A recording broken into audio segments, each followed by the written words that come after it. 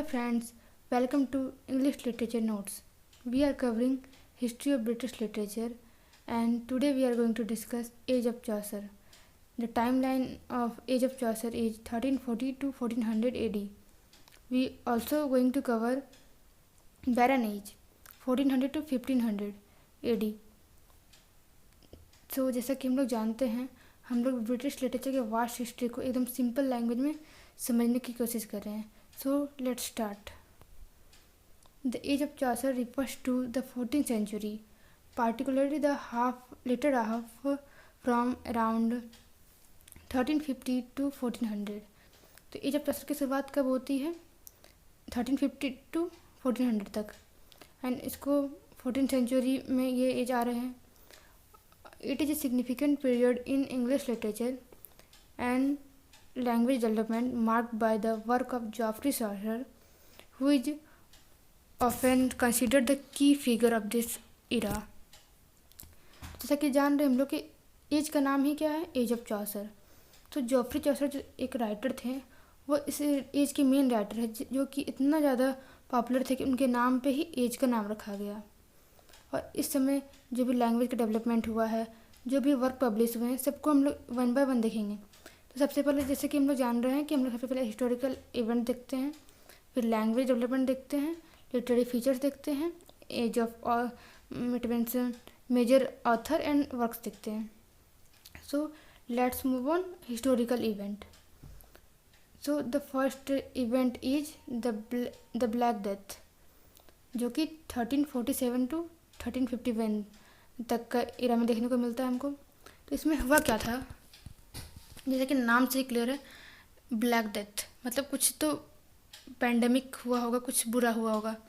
तो a devastating pandemic that swept through Europe causing widespread death and social अपहेवल्स.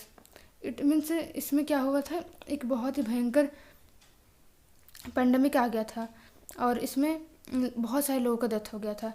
ये एक तरह से प्लेग फैल गया था वो इंग्लैंड यूरोप में, जिसके कारण बहुत सारा पॉपुलेशन ख़त्म हो गया.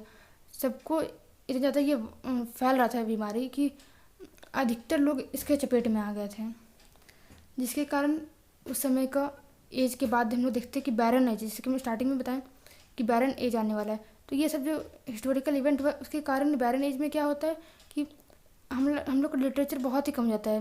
उस समय ना कुछ डेवलपमेंट हुआ, ना ही कोई लिटरेचर लिखा गया. तो जैसे आगे हम लोग ये डिस्कस करेंगे. अब आगे हम देखते हैं क्या हुआ था सेकेंड 100 Years वॉर.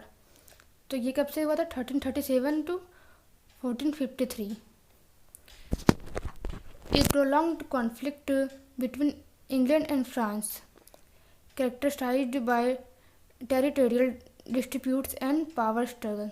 तो 100 Year वॉर जैसे कि नाम से क्लियर है. और देखिए एज में 100 से ज़्यादा ही चला. ये 1337 से स्टार्ट हुआ और 1453 तक चला, मतलब ये 100 ईयर से ज़्यादा ही चला था.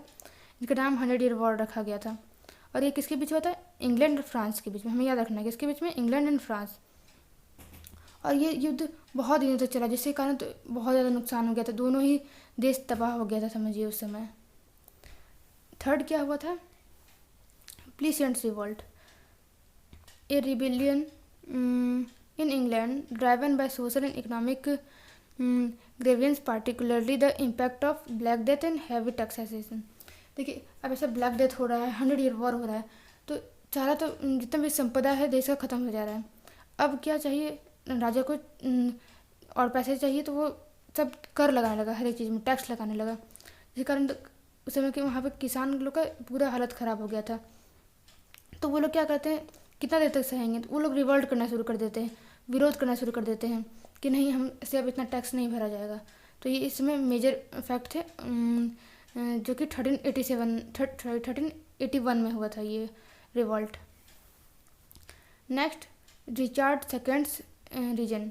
तो उस समय राजा कौन थे, तो Richard second, who become king at a young age, जो कि बहुत ही कम उम्र में राजा बना दिए गए थे इसको. ruled during a period of political instability and conflict including the Pleasant Revolt. और उस समय जबकि इतना ज़्यादा प्रॉब्लम चला था, उस समय इतने कम एज के राजा को बना दिया गया, तो ये लोग ये संभाल नहीं पा रहे थे देश को. तो उसके कारण भी बहुत ज़्यादा दिक्कत हम लोग का फेस किया गया था. नेक्स्ट क्या है, तो ये 4 तो था प्रॉब्लम। अब आगे हम लोग कुछ देखते हैं कुछ अच्छा क्या हुआ था। तो वाइक्लिफ बाइबल ट्रांसलेशन, तो एक जॉन वाइक्लिफ नाम के एक इंग्लिश थियोलॉजियन थे जो कि translate Bible into Middle English, contributing to spread of vernacular language. इसमें हम क्या देखते हैं कि ये पहले ज़माने में ऐसा था कि सिर्फ पृष्ठ लोग जो है वही बाइबल पढ़ पाते थे। एक कॉमन इंसान जो है वो बाइबल का लैंग्वेज समझ नहीं पाते थे, जो कि लैटिन में था, तो वो पढ़ नहीं पाते थे।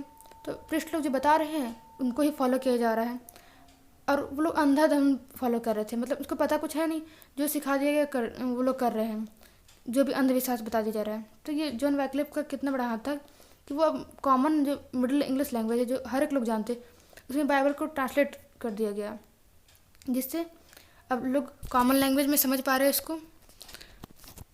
और अब पृष्ठ के कहने पे वो नहीं चलेंगे, अब उसको अपना कॉमन सेंस लगाएंगे कि हाँ वो कह रहे बाइबल में ये लिखा हुआ है तो हम पढ़ के देखेंगे कि क्या लिखा हुआ है।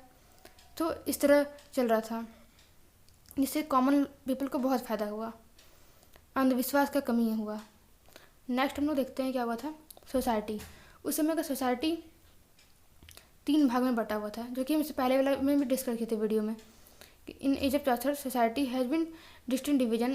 पहला तो नॉबिलिटी, जिसमें aristocratic class with land owners and privilege status, मतलब बड़े बड़े लोग आएंगे, राजा महाराजा लोग आएंगे, जो एरिस्टोक्रेटिक है राजा महाराजा और उससे संबंध रखने वाले लोग, लैंड ऑनर्स आएंगे।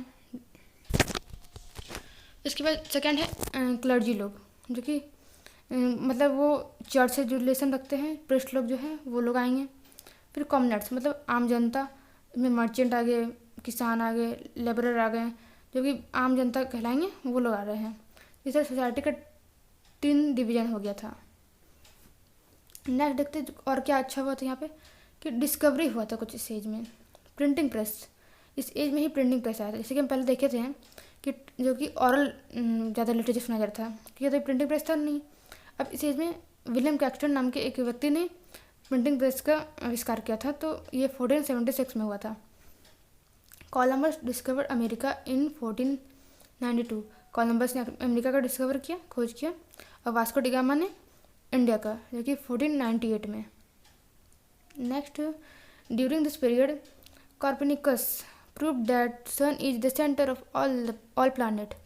इसमें एक एकदम उस समय के लिए मतलब जो बिलीव करने वाला नहीं, ऐसा चीज़ खोज दिया गया था कि जो सन है वो बीच में रहता है और सारा प्लानट चक्कर मारता है, जो कि पूरा फिलॉसफी को ही चेंज कर दिया था। उस समय लोग विश्वास करने को तैयार नहीं थे कि ऐसा हो सकता है। सो ये 3 मेजर डिस्कवरी हम देखते हैं। Next, fall of Constantinople. ये चीज़ हम लोग नेक्स्ट वीडियो में पूरा डिटेल में डिस्कस करेंगे। अब ये बता देते हैं कि एक तरह से युद्ध ही हुआ था ये, जो कि 1453 में हुआ था, और इसके बाद ही रिनेसा का शुरुआत हुआ। तो हम लोग नेक्स्ट वीडियो रिनेसा में करेंगे, तो इसको डिटेल डिस्कस करेंगे। नेक्स्ट है war of roses, civil war in England between the house of York and Lancaster. 2 तरह का ये गृह युद्ध है, 2 तरह के लोग के बीच में हुआ था। Civil struggle between royal house of Lancaster, इसको हम रेड रोज से डिनोट करते हैं, and royal house of York, इसको हम वाइट रोज से डिनोट करते हैं। फिर beginning in 1455 and ending with assassination of Henry 7 in 1485 and the union of 2 houses. मतलब ऐसे ही खुद में गृह युद्ध हुआ, फिर एक चीज़ जाते हैं हेनरी 7, और फिर बाद में दोनों का यूनियन हो जाता है। तो ये सारे मेजर इवेंट थे। तो आपको इसमें से 9 में से कम 5 इवेंट याद रख लेना है, जो कि आप एग्जाम में लिखेंगे। नेक्स्ट हम लोग देखते हैं लैंग्वेज कैसा था उस समय। 1362 English was declared as the language of law and court का। उस समय कोर्ट एंड लॉ के लिए इंग्लिश लैंग्वेज को डिक्लेयर कर दिया गया कि यही लैंग्वेज यूज किया जाएगा।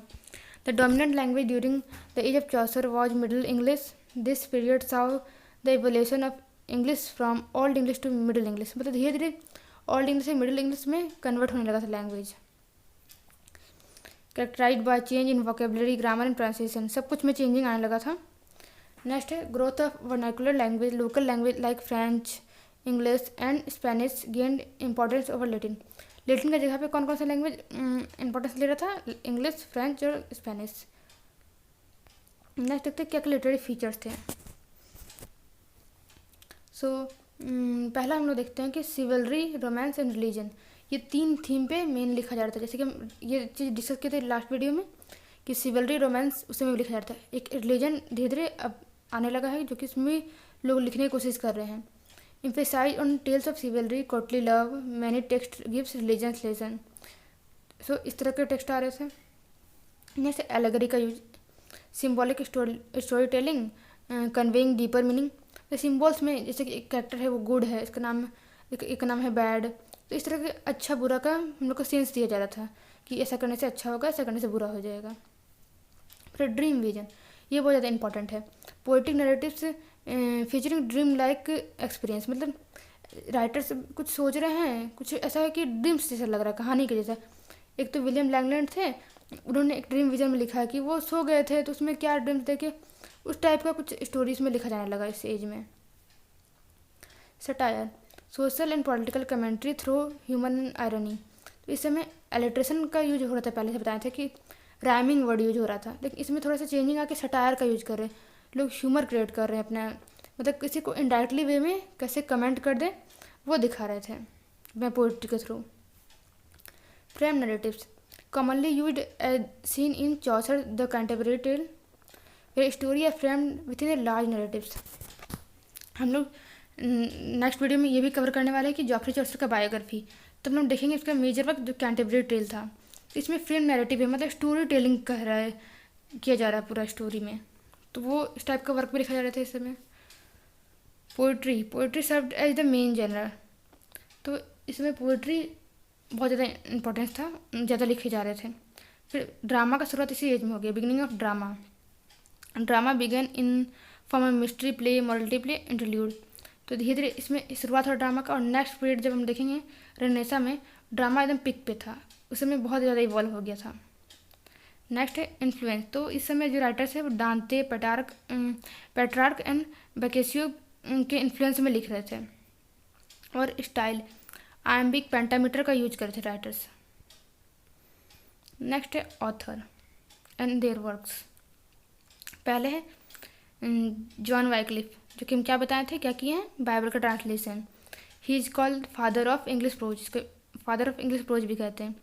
बाइबल का ट्रांसलेशन किए थे फ्रॉम इंग्लिश फ्रॉम लैटिन, मतलब लैटिन से इंग्लिश में ट्रांसलेशन किए थे ये। फिर जॉन गॉवर, जो कि कन्फेसो एमेंटस लिखे हैं। जॉफ्री चौसर, जो कि बहुत ज़्यादा इंपॉर्टेंट है, जिसके नाम पे एज है। इनका 2 वर्क है, Troilus and Criseyde and Canterbury tale, जो कि हम डिस्कस करेंगे नेक्स्ट वीडियो में। विलियम लैंगलैंड का पियर्स एंड प्लोमैन, जो कि एक ड्रीम विजन में बताए थे। फिर sir Thomas Malory, Morte d'Arthur, first romance in prose. So thanks for watching. और हाँ, इस एज में हम बैरन एज भी साथ साथ कवर कर दिए हैं, जो कि आप देखे थे 1400 से 1500 था। तो हम लोग हिस्टोरिकल इवेंट में देख सकते हैं कि हम जो 1400 के बाद भी हुआ, जैसे वॉर ऑफ रेजेज, डिस्कवरी, वो सब भी डिस्कस कर लिए, तो उसके साथ कंप्लीट हो जाता है ये बैरन एज और एज ऑफ चौसर।